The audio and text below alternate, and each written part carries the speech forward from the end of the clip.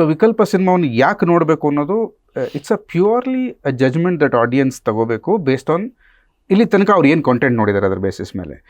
ಯಾಕಂದರೆ ಪ್ರತಿಯೊಬ್ಬರೂ ಅವ್ರ ಸಿನಿಮಾವನ್ನು ಕಷ್ಟಪಟ್ಟು ಶ್ರಮದಿಂದನೇ ಮಾಡಿರ್ತಾರೆ. ಆದರೆ ಕೆಲವೊಂದು ಹೈಲೈಟ್ಸ್ನ ನಾನು ಮೆನ್ಷನ್ ಮಾಡಬೇಕು. ಒಂದು ಏನಂದರೆ hold and release screen play. ಅಂದರೆ ನಿಮಗೆ ಖುಷಿನೂ ಕೊಡ್ತಾ ಹೋಗುತ್ತೆ, ಒಂದು ಸಣ್ಣ ರೀತಿಯಲ್ಲಿ ಕಚ್ಕುಳಿನೂ ಕೊಡ್ತಾ ಹೋಗುತ್ತೆ, ಮತ್ತು ಸಡನ್ಲಿ ನಿಮ್ಮನ್ನ ಒಂದು ಅವೇರ್ನೆಸ್ ಥಾಟ್ ಪ್ರಾಸೆಸ್ಗೂ ಕರ್ಕೊಂಬರುತ್ತೆ. So it is something which is ತುಂಬ ಕಡಿಮೆ ಟ್ರೈ ಮಾಡಿರೋದು ಈ ಥರದ ಸ್ಕ್ರೀನ್ ಪ್ಲೇನ ಇಂಡಿಯಾದಲ್ಲಿ. ಮತ್ತು ಇನ್ನೊಂದು ಏನಂದರೆ ಆ ವಿಜುವಲ್ ಬ್ಯೂಟಿ, ನೀವು ಹೇಳಿದಾಗೆ ಥಿಯೇಟ್ರಿಕಲ್ ಆ ಥಿಯೇಟ್ರಿಕಲ್ ಎಕ್ಸ್ಪೀರಿಯನ್ಸ್.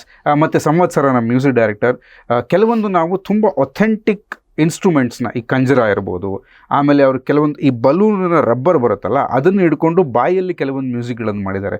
ತುಂಬ ಯುನೀಕಾಗಿ ಕೇಳಿಸುತ್ತೆ. ಅದು ನೀವು ನೋಡಿದ್ರೆ ಯಾವ ಇನ್ಸ್ಟ್ರೂಮೆಂಟ್ ಅಂತಲೇ ಗೊತ್ತಾಗಲ್ಲ. ಬಟ್ ಈ ಥರದ ಕೆಲವೊಂದು ಯುನೀಕ್ ಎಕ್ಸ್ಪೀರಿಯನ್ಸ್ಗಳು ತುಂಬ ಸಟಲ್ ಆಗಿ ಸಿನಿಮಾದಲ್ಲಿ ಅಲ್ಲಲ್ಲಿ ಪ್ಲೇ ಆಗ್ತಾ ಹೋಗುತ್ತೆ.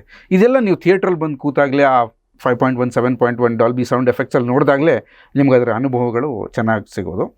ಮತ್ತು moreover end of the day ನಮ್ಮ invitation, people say never judge the book by its cover ಅಂತ, but the book is always judge by its cover.